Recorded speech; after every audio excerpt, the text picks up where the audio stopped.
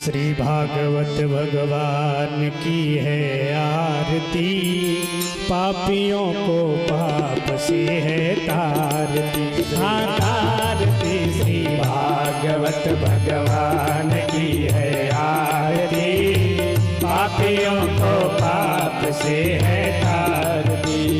अमर ग्रंथ ये मुक्ति पंथ है, पंचम वेद निराला, नव ज्योति जगाने वाला, नव ज्योति जगाने वाला, नव ज्योति जगाने वाला।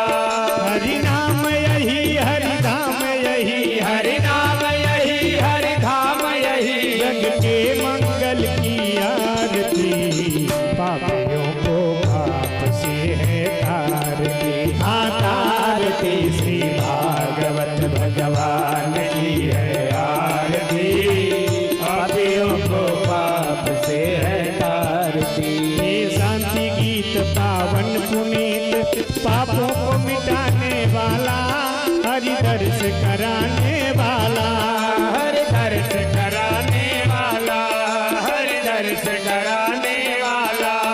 ये सुख करणी ये दुख हरणी, ये सुख करणी ये दुख हरणी, श्री मधुसूदन की आरती, पापियों को पाप से है तारती। हाँ तारती श्री भागवत भगवान की है आरती, पापियों को पाप से है तारती। मधुर बोल मद पंथ खोल, सन्मार्ग बताने वाला, बिगड़ी को बनाने वाला, बिगड़ी को बनाने वाला, बिगड़ी को बनाने वाला।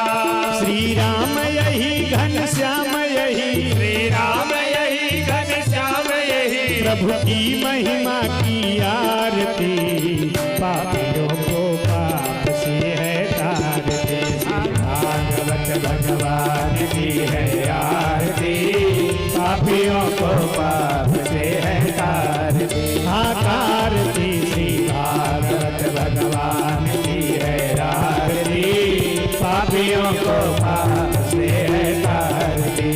कर्पूर गौरम करुणावतारम, संसारसारम भुजगेन्द्रहारम, सदा वसन्तं हृदयारविन्दे, भवं भवानी सहितं नमामि। त्वमेव माता च पिता त्वमेव, त्वमेव बन्धुः च सखा त्वमेव, त्वमेव विद्या द्रविणं त्वमेव, त्वमेव सर्वं मम देवदेव। श्री भागवत भगवान की है आरती, पापियों को पाप से है तारती। तारती श्री भागवत भगवान की है आरती, पापियों को पाप से है तारती, पापियों को पाप से है तारती, पापियों को पाप से है तारती। कदलीगर्भशम्भूतं कर्पूरं तु प्रदीपितम्, आरार्तिक्यमहं गुरुमे, पश्य मे वरदो भव, पश्य मे वरदा भव।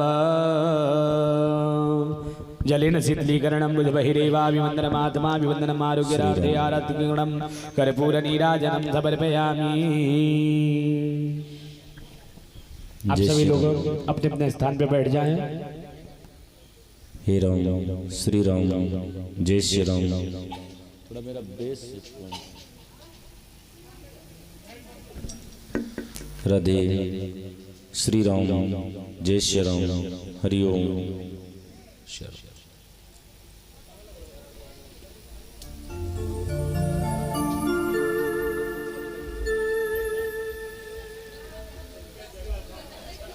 स्वस्तये श्री गणेशाय नमः।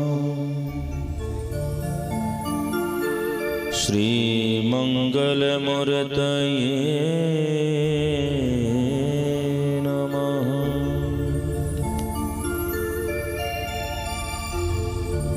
रामाय रामभद्राय,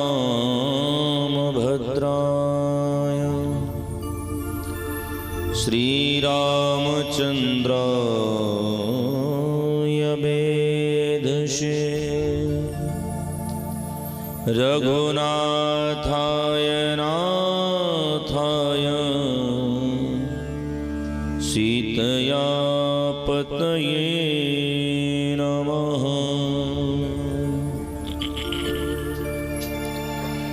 श्री रामानंद संप्रदाय विंदो श्री प्रवर्तकम् श्री राम प्रसादाचार्यं सद्गुरुं प्रणमाम्यहम्।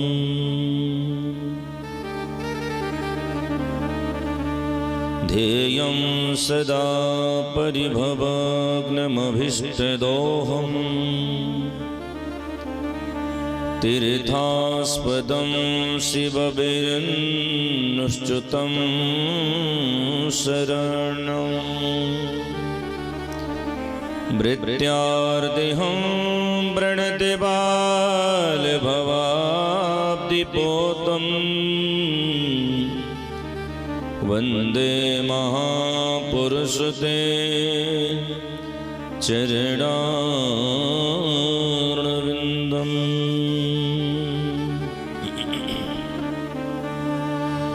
कृष्णस्य त्वदीयपदपङ्कजपञ्चरान्ते अद्यैव मे विशतु मानसे राजहंसः प्राणप्रयाण समये कफवातपित्ते कंठावरोधन विधो स्मरणं कुतस्ते। कृष्णाय वासुदेवाय हरये परमात्मने प्रणतक्लेशनाशाय गोविन्दाय नमो नमः। उल्लङ्घ्य सिन्धो सलिलं सलीलं यः शोकवह्निं जनकात्मजाया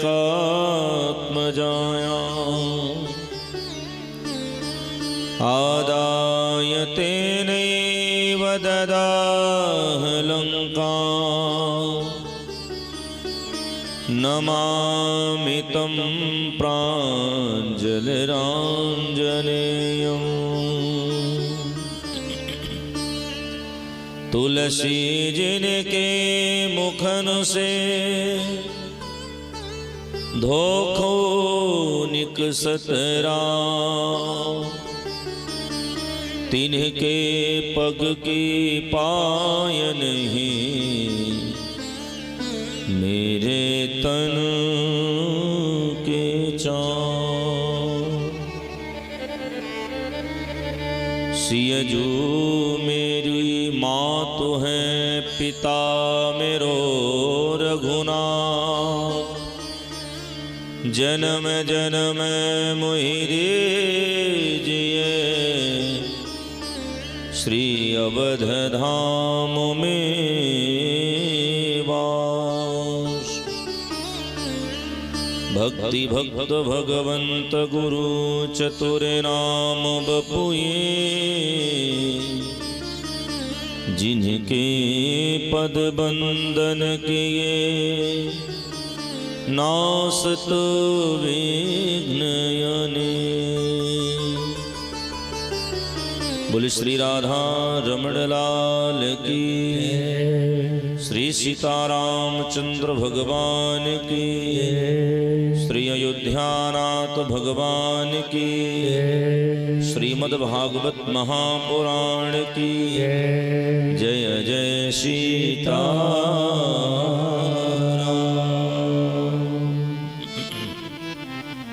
आइए बड़े ही भाव प्रेम श्रद्धा के साथ मंगलमयी भगवान की कथा सुधा का हम सभी रसस्वादन करें।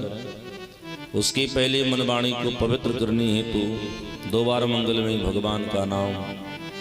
तो आइए पहले मैं पुनः आप सभी बड़े ही भाव प्रेम श्रद्धा के साथ सब गायन करें। गोविंद मेरो है, गोपाल मेरो है, गोविंद मेरो है, गोपाल मेरो है, गोविंद मेरो है, गोपाल मेरो है, गोविंद मेरो है, गोपाल मेरो है।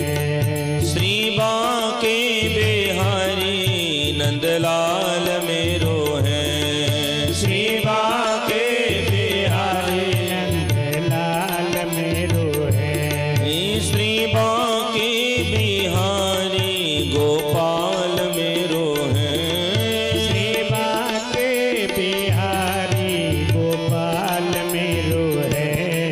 गोविंद मेरो है, गोपाल मेरो है, गोविंद मेरो है, गोपाल मेरो है, गोविंद मेरो है, गोपाल मेरो है, गोविंद मेरो है, गोपाल मेरो है। हरि बोल।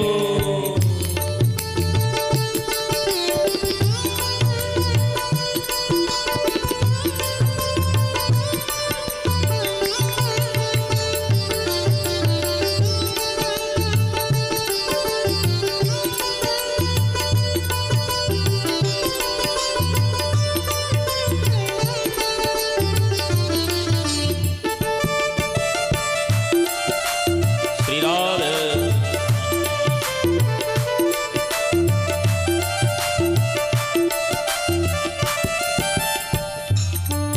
गोविंद मेरो है, गोपाल मेरो है, गोविंद मेरो है, गोपाल मेरो है, श्री यशोदा के लाला नंदलाल मेरो है, श्री यशोदा के लाला नंदलाल मेरो है, श्री यशोदा के लाला गोपाल मेरो है, श्री यशोदा के लाला गोपाल मेरो है। गोविंद मेरो है, गोपाल मेरो है, गोविंद मेरो है, गोपाल मेरो है, गोविंद मेरो है, गोपाल मेरो है, गोविंद मेरो है, गोपाल मेरो है। हरि बोल।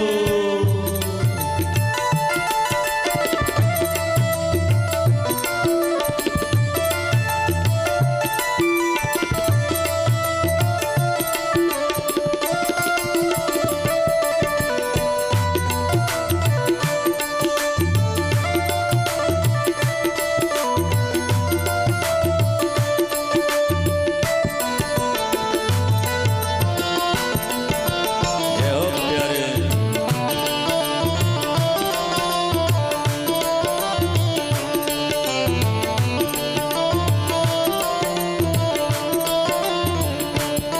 श्री बांके बिहारी नंदलाल मेरो है, श्री बांके बिहारी नंदलाल मेरो है, श्री बांके बिहारी गोपाल मेरो है, श्री बांके बिहारी गोपाल मेरो है।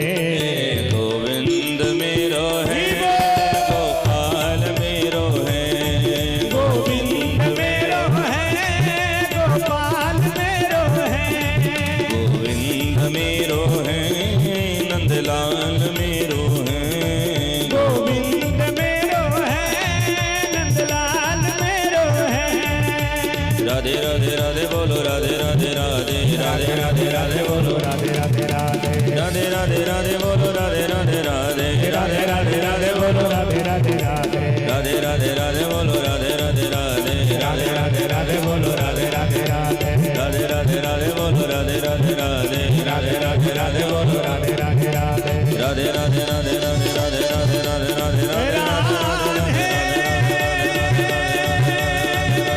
राधे राधे राधे राधे राधे राधे राधे राधे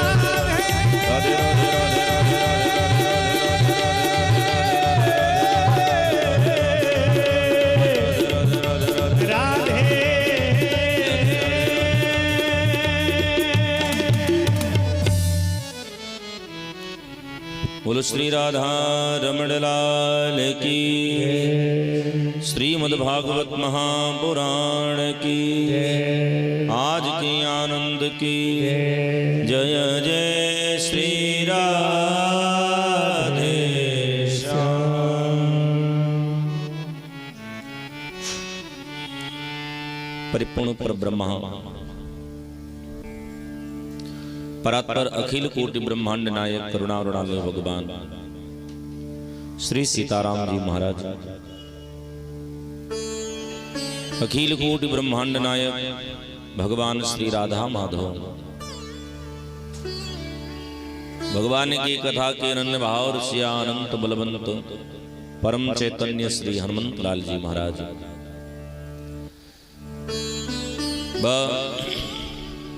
इस कथा के प्रधान परीक्षित स्वरूप में विद्यमान मातृभाव के पक्ष को मजबूत भाव से रखने वाले श्री वागेश्वरी देवी जी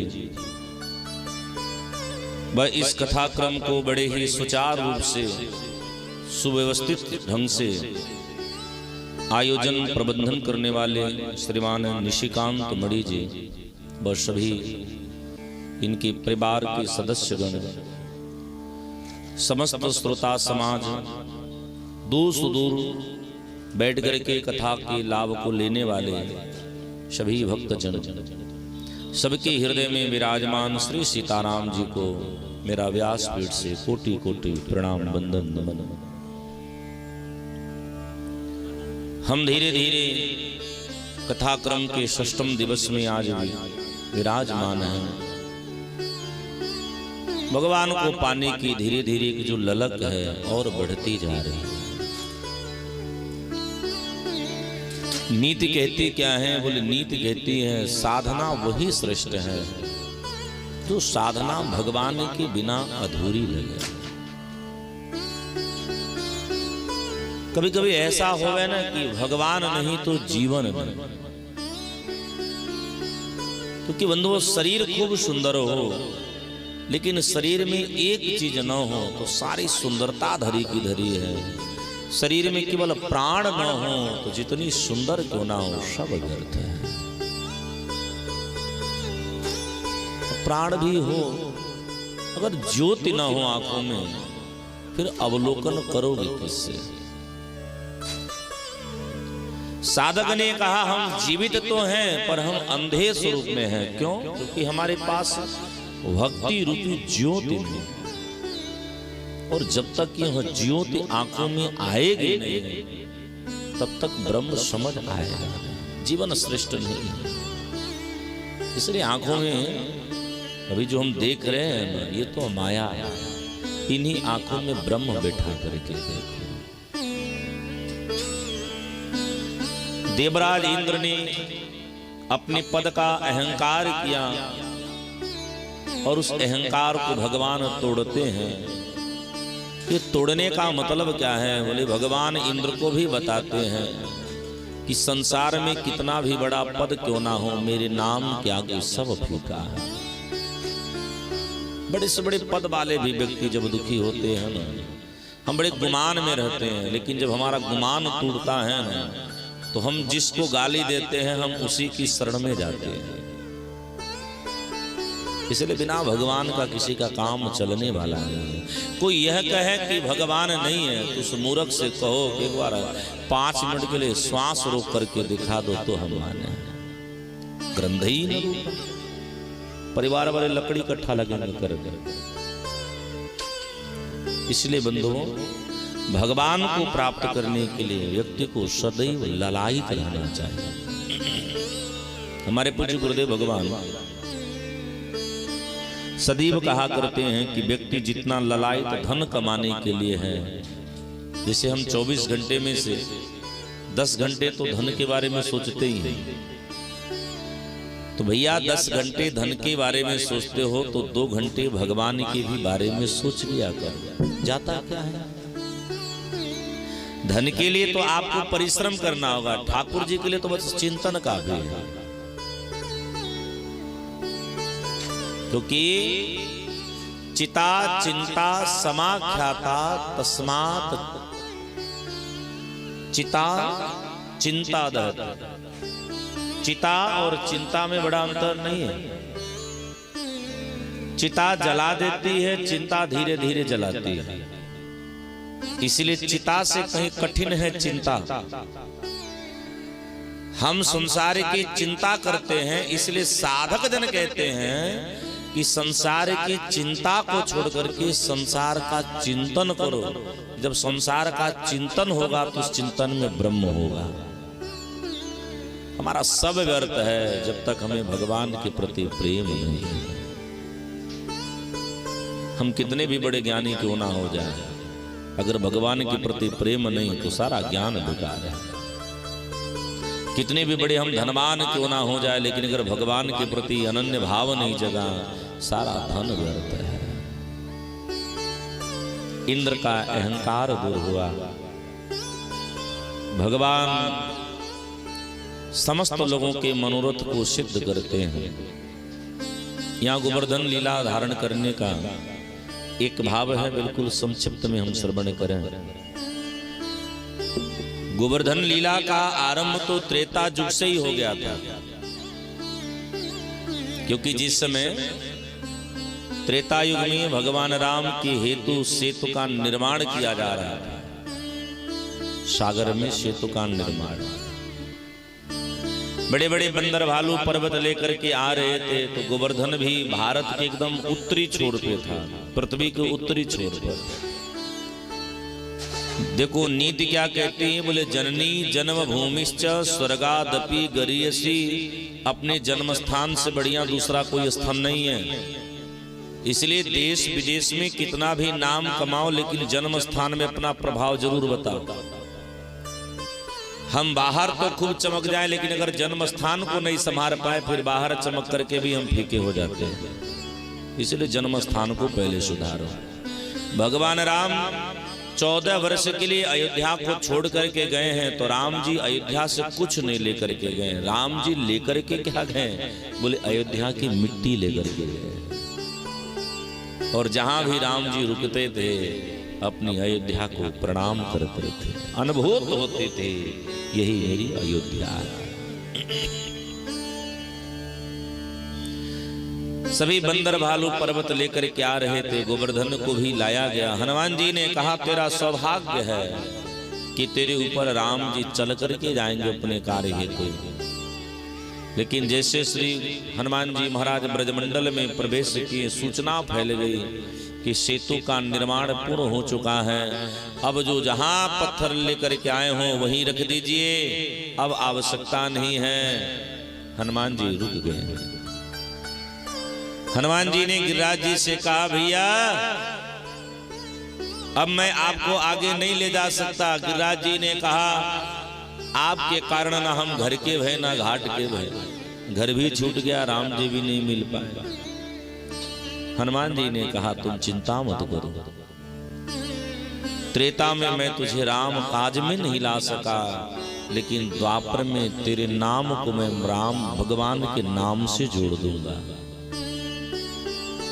त्रेता में राम जी तेरे ऊपर नहीं चल के जा सके, एक बार के लिए तू तरस रहा है, लेकिन द्वापर में यही राम जब कृष्ण बनेंगे तो कितनी बार तेरे ऊपर जाएंगे तुझे खुद नहीं पता होगा। अरे इतना ही नहीं, तू राम के लिए तड़प रहा है, इसलिए राम तुझे अपने सर पर उठा लेंगे। गौर से सुनना, जो व्यक्ति भगवान के लिए तड़पता है, भगवान अपने से उसे ऊंचा रख देते हैं। इसलिए भगवान ने गिरिराज जी को धारण करी है, इंद्र का मान मर्दन किया। आगे सुखदेव जी ने आरंभ किया। एकादश्यां निराहारा समभ्ययर्चन जनार्दनम् स्नातुं नन्दस्तु कालिन्द्यां द्वादश्यां जलमा विश्रुता। सुखदेव जी ने कहा कि बेटा परीक्षित,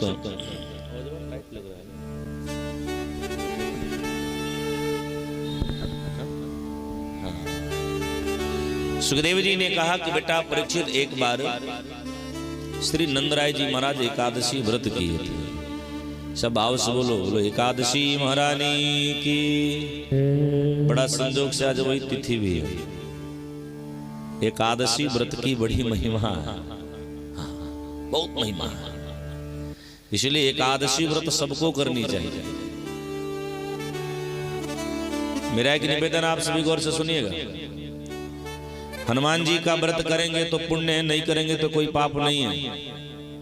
नवरात्रि का व्रत करेंगे पुण्य है, नहीं करेंगे तो कोई पाप नहीं है। करवा चौथ का व्रत करेंगे तो पुण्य है, नहीं करेंगे तो कोई पाप नहीं है। लेकिन गुरु मंत्र लेने के बाद अगर एकादशी व्रत करेंगे तो पुण्य है, नहीं करेंगे तो बड़ा पाप लगता है। इसलिए सभी व्रतों में सर्वश्रेष्ठ अगर कोई व्रत है, उस व्रत का नाम है एकादशी व्रत। और एकादशी व्रत तो सबको करनी चाहिए, क्योंकि कलयुग में एकादशी व्रत की बड़ी महिमा है। हाँ, एकादशी व्रत के दिन अन्न स्पर्श नहीं करना चाहिए। अन्न का मतलब है चावल। प्रयास करो कि चावल देखने से भी बच जाए तो बचा लो। एकादशी व्रत की माता जी महिमा है कि एकादशी व्रत करने वाले व्यक्ति को दशमी की रात्रि में चावल नहीं पाना चाहिए। द्वादशी का पारण करो तो द्वादशी के पारण में भी चावल मत पाओ।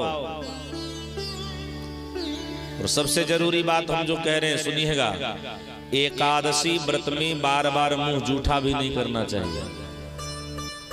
आजकल का जो व्रत होता है ना, वो फुल पावर वाला व्रत होता है। घर वालों से घर लोग कहते हैं आज हम व्रत हैं, थोड़ा ख्याल रखना। 8 बजे स्नान करेगा तो एक मुट्ठा काजू बादाम खाएगा, बोले का हो व्रत है। फिर दूध पिएगा। 10 बज गई, सासू जी बहू से बोलते सुनो थोड़ा गाजर का हलवा बना देना, हम व्रत हैं। 10 बजे हलवा गटक ले, का हो व्रत है। 2 बजे गए, अजी हमारा कोई फलहार हमारे लिए भी बना ही नहीं। ये काम करो, थोड़ा आलू कर दो, घी तल दो। आलू लियो, थाली भर खाओ, गटक लियो, फिर दूध पियो मस्ती के। फिर रात भयो, रात का भी कुछ व्यवस्था कर दो। फिर सिंघाड़े की आटा आ गई, पापड़ की आटा आ गई, चकाचक 15-20 पूड़ी खाए बैठे। का हो हम व्रत हैं। सबसे कहेंगे हम व्रत हैं, व्रत हैं। एकादशी व्रत में बार बार मुंह जूठा नहीं करना चाहिए। एकादशी व्रत जिस दिन हो, प्रयास करें उस दिन आपके मुख से असत्य न निकले। ये बड़ा प्रयास करें। एकादशी अगर आप व्रत हो तो यह प्रयास करें उस दिन काम वासना न जगे। इस चीज का बड़ा ध्यान रखना चाहिए। एकादशी व्रत करें तो प्रयास करें अशुद्ध व्यक्तियों से आपका शरीर न स्पर्श हो, क्योंकि एकादशी में बड़ी ताकत है। कार्तिक महात्म्य में कथा आती है पद्म पुराण में कि एक बार एक राजा है, उन राजा के राज्य में बहुत सुंदर बगिया है। उन बगिया में सुंदर सुंदर पुष्प खिले हैं। वे पुष्प देवराज इंद्र को बड़ा प्रिय लगता है। तो स्वर्ग से अप्सराएं आती थी। नित्य प्रातः काल की बेला में अप्सराएं वह पुष्प लेकर के जाती थी। तो देवराज इंद्र स्वर्गलोक में भगवान शिव को वह पुष्प चढ़ाते थे। एक बार कार्तिक का महीना आया, एक उर्वशी नामक अप्सरा आई पुष्प लेने के लिए, और भूलवश जिसका हम कलौजर को खाते हैं कार्तिक में, बैगन का पुष्प उसके शरीर से स्पर्श हो गया। उर्वशी की जो उड़ने की शक्ति थी वो उड़ने की शक्ति खो गई। अब तो उर्वशी करी क्या, बोले पांख वाली एक स्त्री पूरे नगर में घूम रही है। नगर में चर्चा का विषय बन गया। अरे भैया, सर्वांग सुंदरी एक नारी जिसको 2 पंख हैं, वो हमारे नगर में यूं घूम रही है। लोग देखने के लिए खचाखच भीड़ लग गई। उर्वशी को राज्य भवन में लाया गया। राजा ने परिचय पूछा, उर्वशी ने परिचय दी, राजा ने सम्मान करी। उर्वशी रोने लगी, बोली राजन मेरी उड़ने की ताकत चली गई है, शक्ति चली गई है, कुछ तो कृपा करो। राजा ने पूछा आप मेरी बगिया में क्यों आती हो? उर्वशी ने सारा वृतांत बताया। राजा ने कहा कि आपको उड़ने की जो ताकत थी वो कैसे चली गई? उर्वशी ने वो पुष्प दिखाई। राजा समझ गया। राजा ने कहा बहन आपको ताकत मिलेगी कैसे, आप ही बता दो। उर्वशी ने कहा कि आज की जो भोर है वो द्वादशी की तिथि की भोर है।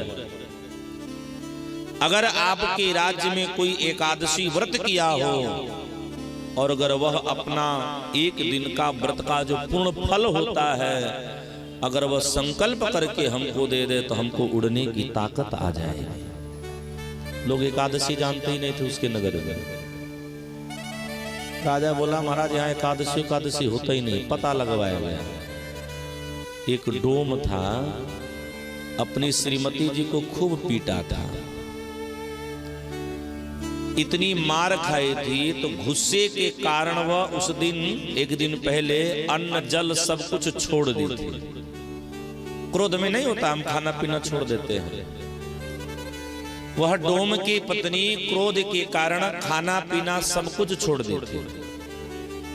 राजा ने उर्वशी से कहा बहन मेरे राज्य में यही एक स्त्री है जो क्रोध में आकर के अन्न जल का ग्रहण नहीं करी है।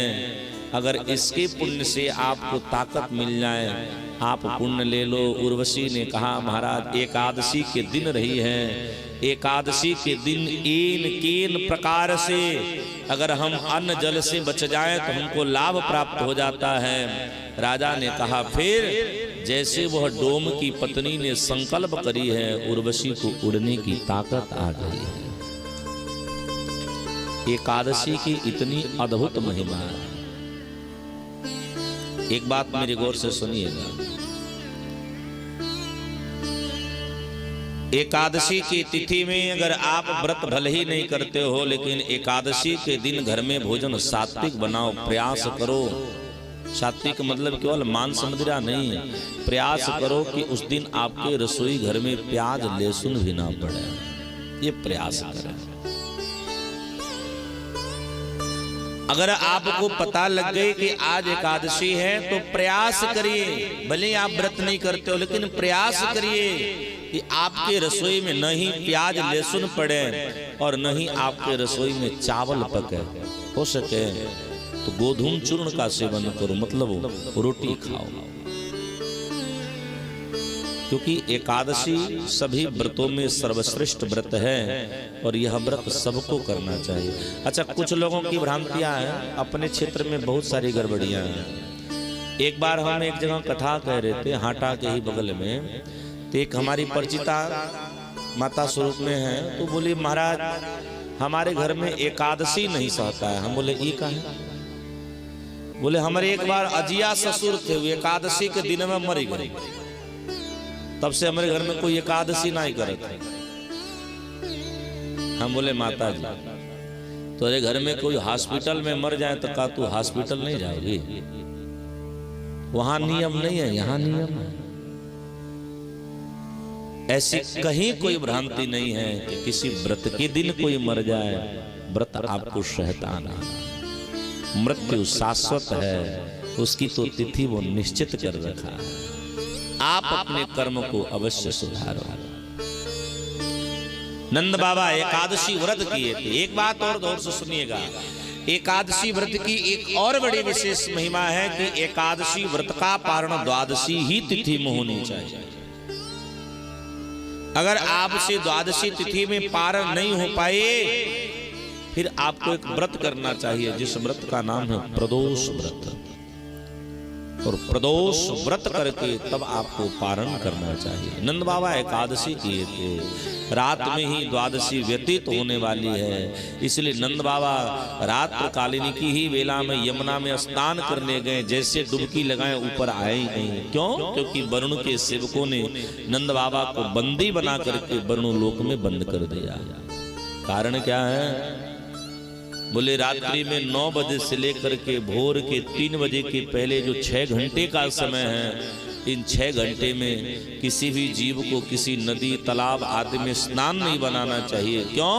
क्योंकि उस समय जल के देवता को सोने का समय होता है। वरुण के सेवकों ने बंदी बनाया।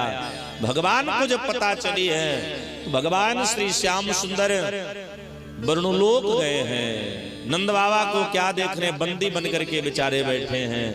अब तो वरुण जी ने जैसे भगवान श्री श्याम सुंदर को देखा है, कूद करके चरणों में लेट गए हैं, भगवान को प्रणाम करते हैं। नमस्तुभ्यं भगवते ब्रह्मणे परमात्मने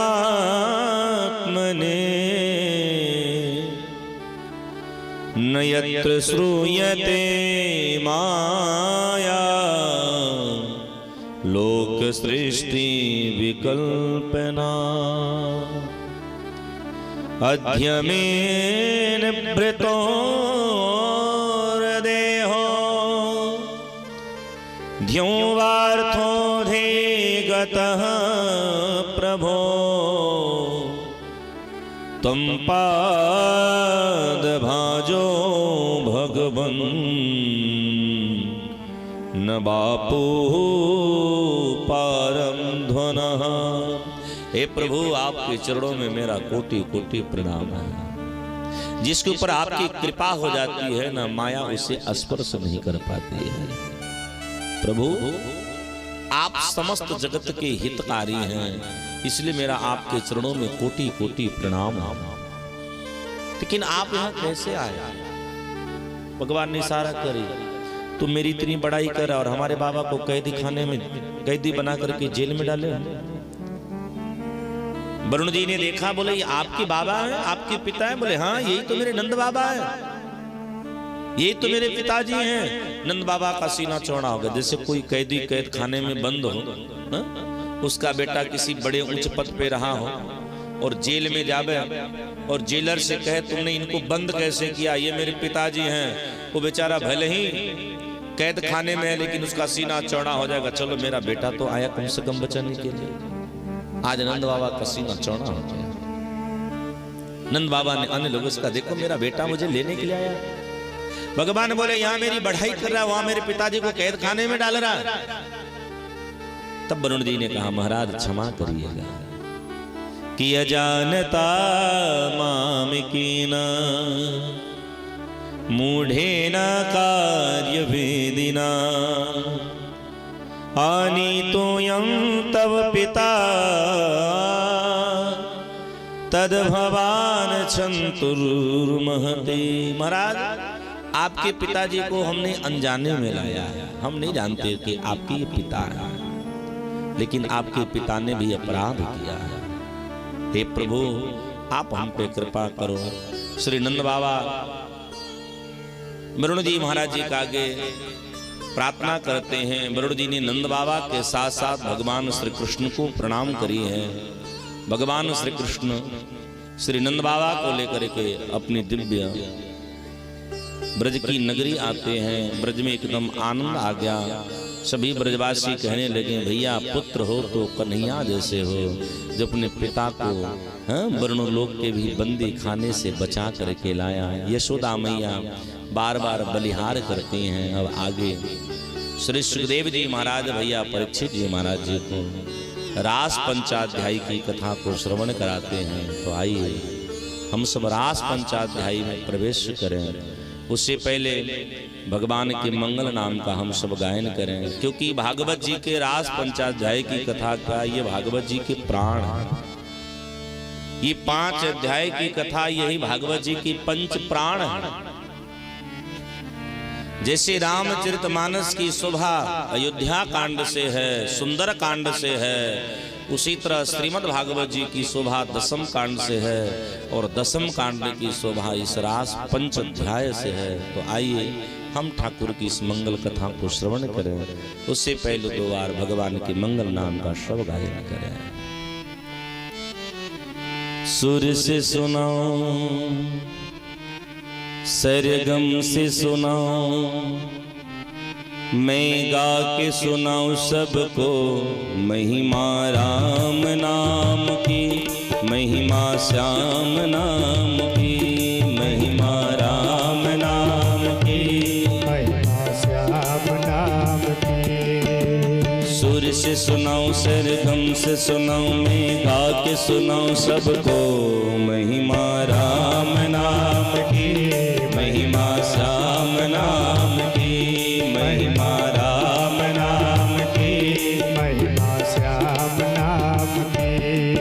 अज राम गाले अज श्याम गाले, अज राम गाले अज श्याम गाले हो, अज राम गाले अज श्याम गाले, अज राम गाले अज श्याम गाले।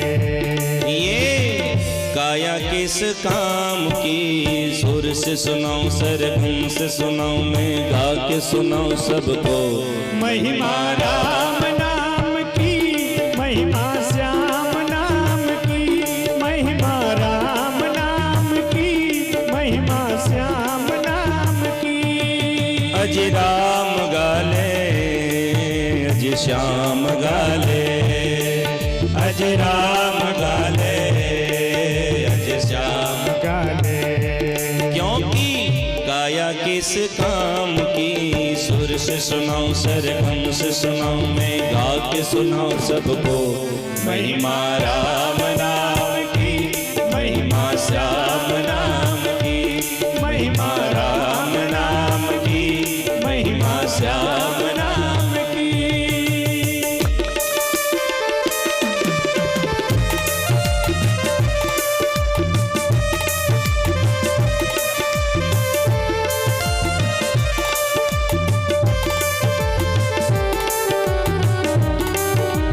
हरि ओम।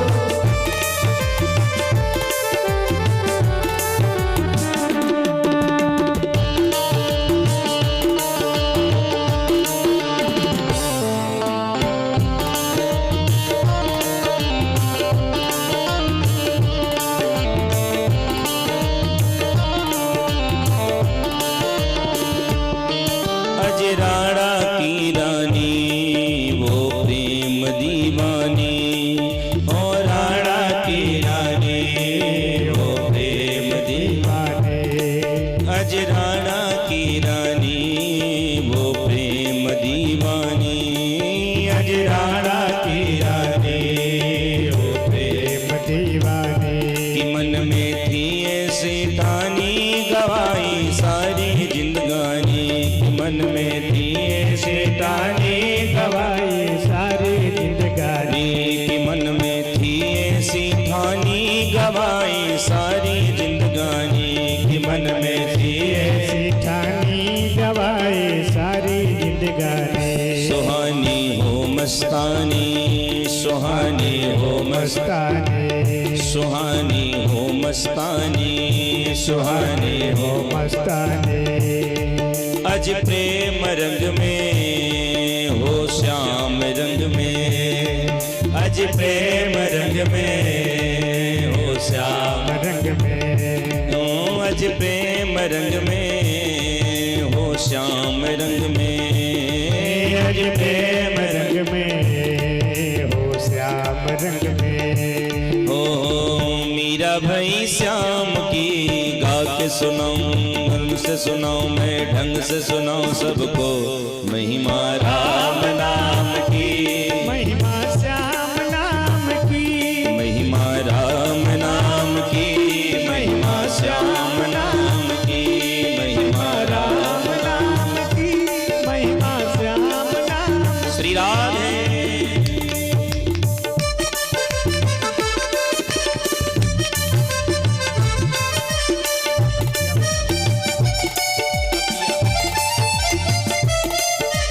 श्री हरि।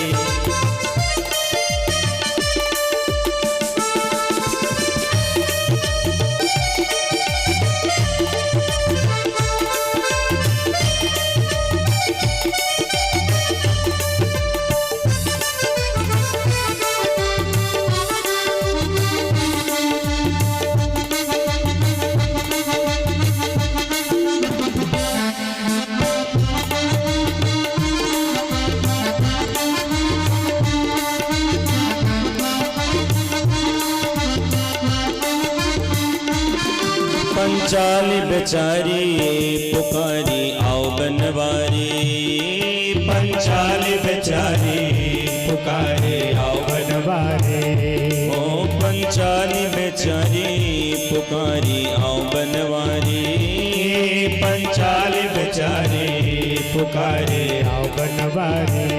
दुराचारी अत्याचारी रहे हैं खींच मेरी साड़ी, दुराचारी अत्याचारी रहे हैं खींच मेरी साड़ी। दुराचारी अत्याचारी रहे हैं खींच मेरी साड़ी, दुराचारी अत्याचारी रहे हैं खींच मेरी साड़ी। बिहारी ओ गिरधारी, बिहारी हो गिरधारी, बिहारी हो गिरधारी, बिहारी हो गिरधारी। अज पीर भरैया ओ लाज बचैया, अज पीर भरैया ओ लाज बचैया। ओ अज पीर भरैया ओ लाज बचैया, ओ अज पीर भरैया ओ लाज बचैया। की महिमा घन श्याम की, सुर से सुनाऊं सरगम से सुनाऊं मैं ढंग से सुनाऊं सबको। महिमा राम नाम की, महिमा श्याम नाम की, महिमा राम नाम की, महिमा श्याम नाम की। अज राम गाले हो श्याम गाले, अज राम गाले ओ श्याम गाले। ओ अज राम गाले अज श्याम गाले, अज राम गाले ओ श्याम गाले। ये काया किस थाम की, सुर से सुनाओ सरगम से सुनाओ मैं ढंग से सुनाओ सबको। महिमा राम नाम की, महिमा राम नाम की, महिमा श्याम नाम की, महिमा श्याम नाम की, महिमा राम नाम की, महिमा श्याम नाम की, महिमा राम नाम की, महिमा श्याम। नाम की। श्री सुखदेव जी महाराज भैया परीक्षित जी महाराज जी को रास पंचाध्याय की मंगल कथा सुनाते हैं। रास है क्या, गौर से सुनिएगा। रसो वही रसा इति रासा। जहाँ ईश्वर ईश्वर न नजर आवे, जहाँ जीव जीवन न नजर आवे, शास्त्र से ही रास कहता है। देखिए, जहां अनन्य प्रेम होता है ना, वहां पद का भार नहीं समझ में आता है। जिसके प्रति अनन्य प्रेम हो ना, वहां लोग और पद नहीं श्रेष्ठ नजर आते। इसलिए अनन्य प्रेम ही सर्वश्रेष्ठ है। और अनन्य प्रेम में उतार चढ़ाव भी बड़ा मायने नहीं रखता है। मायने तो केवल अनन्य प्रेम रखता है। इसलिए प्रेम अनन्य होना चाहिए। हमारी ब्रज की जितनी गोपियां हैं, सबका प्रेम भगवान के प्रति एकदम अनन्य है। क्योंकि ब्रज की जितनी माताएं हैं, सब भगवान से अनन्य प्रेम करते हैं। और भगवान की भक्ति में विद्या का महत्व नहीं होता है, धन का महत्व नहीं होता है, बल का महत्व नहीं होता है, जाति का महत्व नहीं होता है, तेज का महत्व नहीं होता है। भगवान की तो भक्ति में केवल प्रेम का ही महत्व होता है। इसलिए प्रेम अनन्य होना चाहिए। एक बार ना ब्रज में एक बार होली हो रही थी। अबीर गुलाल खूब उड़ाए जा रहे थे। ब्रज की दो गोपियां दूसरे गांव से होली खेल कर के आई। तो रास्ते में यमुना जी पड़ी हैं। तो दोनों गोपी यमुना जी में जल की छींटा मारे अपनी आंखों में, क्योंकि चेहरे पर अबीर वगैरह खूब लगे। काफी देर तक छींटा मारी। नारद जी देख रहे थे। नारद जी सोचे ये रंग है कि रंगा है, उतर ही नहीं रहा। 1 घंटे से लगातार छींटा चल रहा है। नारद जी से रहा नहीं गया। तो नारद जी उन गोपियों के पास गए, बोले बाबरी अभी तुम सबके आंखों से अबीर नहीं गया।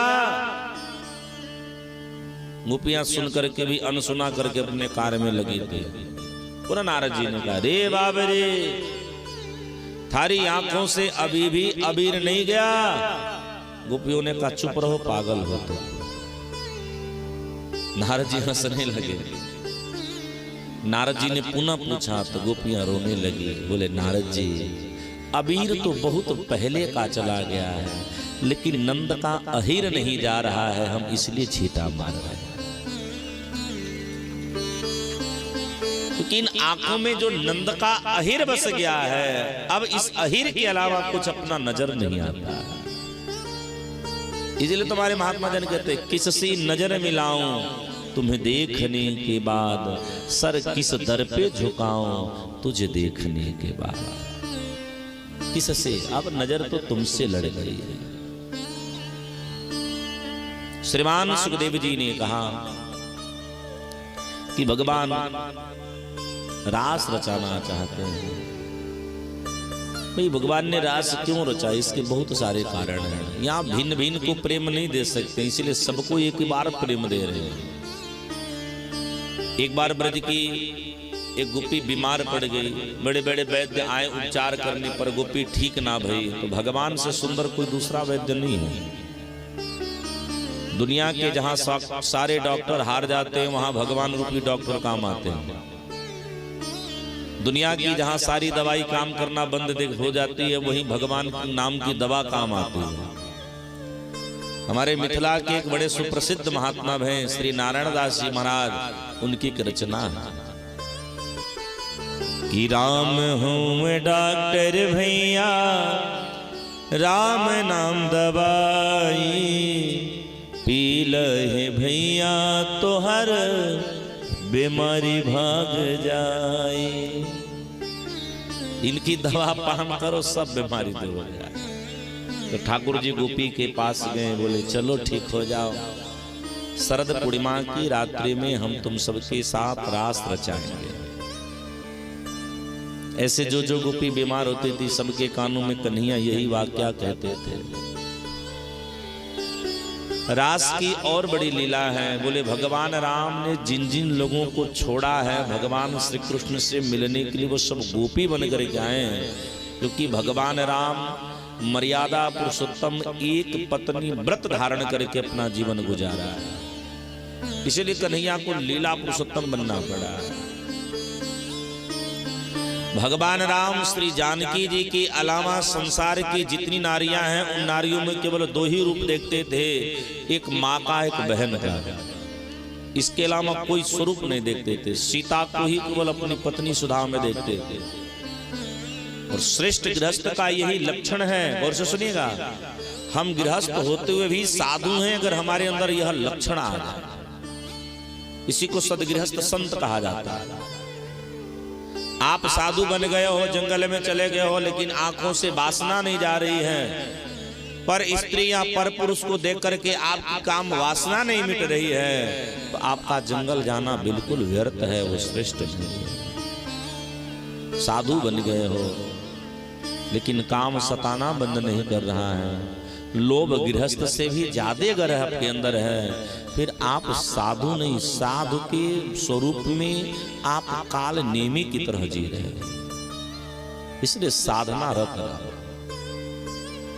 सुखदेव जी ने बड़े भाव के साथ कहा,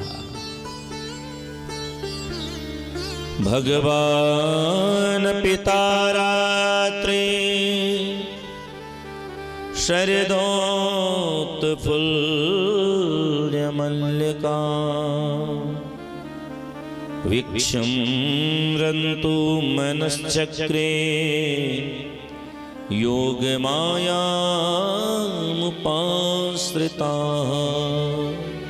एक बार भगवान श्याम सुंदर शरद पूर्णिमा की रात्रि में आज मानो भगवान योगेश्वर की भूमिका को निर्वहन कर रहे हैं। अर्धरात्रि कालीन की वेला में भगवान जंगल में गए हैं और जंगल में जाकर के भगवान ने नंद वंशी की निनाद आरंभ करी है। भगवान श्री श्याम सुंदर वंशी बजाना आरंभ करे। बंधुओं, ठाकुर जी का एक बीज मंत्र है, जिस बीज मंत्र का नाम है क्लिंग ओम, और भगवान ने अपनी बंसी में यही क्लिंग ओम मंत्र फूका है। जैसे भगवान श्री श्याम सुंदर बंसी बजाना आरंभ करते हैं, ब्रज की जितनी गोपियां हैं समस्त गोपियां पागल की भांति भगवान से मिलने के लिए दौड़ पड़ती हैं, क्योंकि जिसके कानों में भगवान की बंसी गुंजयमान हो रही है वह पागल हो जा रहा है। और सुनना, पुरुष को तो सुनाई पड़ ही नहीं रहा है बंसी, केवल संसार की ब्रज की केवल स्त्रियों के ही कानों में बंसी की धुन जा रही है। और जो गोपी जिस कार्य में संलग्न है वह कार्य छोड़ करके भगवान से मिलने के लिए आकुल व्याकुलता पूर्वक दौड़ी जा रही है। दुह्यन्त्यो भी ययु कश्चित दोहम हित्वा समुत्सुकाः पयोधि श्रुत्य संयावमनुस्वारा परान्ययु। जो गोपी गाय को दूह रही थी ना, भगवान की बंसी की धुनवा के कान में पड़ी है, वो गाय दोहना छोड़ करके भागने लगी है। एक गोपी भोजन बना रही थी, वो चूल्हा जलता ही रह गया, बर्तन अमा पे पड़ा रह गया, भगवान से मिलने के लिए भग पड़ी। एक गोपी अपने बच्चे को भोजन पवा रही थी, बच्चा ऐसे खाए जाओ, अभी कितना काटो कि वो नहीं काटा वो ग्रास, वो गोपी छोड़ करके भागने लगी। क्यों? क्योंकि कन्हैया मानो बुला रहा है। एक गोपी अपने पति को भोजन पवा रही थी, पति बार बार पानी मांग रहा था, जाने की जल्दी थी, इसलिए पति को उठाई कुआं में पटक दी, बोले पीते रहो, मैं भगवान से मिल लो यार। एक गोपी बंधुओं वस्त्र पहने थे, शाम को कई माताएं श्रृंगार करती, बोले वस्त्र पहन रही थी, वो जितना वस्त्र पहनी थी सो पहनी थी, बाकी वस्त्र हाथ में लेकर के दौड़ने लगी, चलते चलते पहने थे। क्यों? बोले प्यास से मिलना है, कहीं मैं पीछे न रह जाऊं। यही प्रेम है। झुंड की झुंड गोपियां आज बढ़ा रही हैं, भगवान बंसी की निनाद कर रहे हैं। आज एक हर जगह पे पांव की पायल खन खन खन खन सुनाई पड़ रहा है। भगवान श्री श्याम सुंदर सभी गोपांगनाओं का स्वागत करते हैं, क्योंकि गौर से सुनिएगा, हमारे एक महात्मा बड़ी एक प्यारी बात करते हैं। एक महात्मा की मुझे एक वाक्या बड़ी अच्छी लगती है। महात्मा ने कहा, आपके पास करोड़ों गुण हो, ध्यान से सुनिए मैं कहना क्या चाह रहा हूं, आपके पास करोड़ों गुण हो लेकिन भगवान आप पे रीझे नहीं तो गुण किस काम के। और आप पे भगवान रीझ जावे तो फिर आपको गुण का क्या क्या। लाख गुण हो ठाकुर जी रीझे नहीं, और भगवान जी जब रीझ जावे फिर गुण का क्या काम, क्योंकि गुण तो इसलिए क्योंकि ये रीझ जाए। आज ब्रज की झुंड गोपियां भगवान श्री श्याम सुंदर से मिलने के लिए जा रहे हैं, योगेश्वर से मिलने जा रहे हैं। भगवान सबका स्वागत करते हैं, आओ पधारो बैठो। कि स्वागतम वो महाभागा प्रियम किम करवाणि वह ब्रजस्य नामयं कश्चित् ब्रूतागमन कारणम। आओ सबका स्वागत है, आओ बैठो।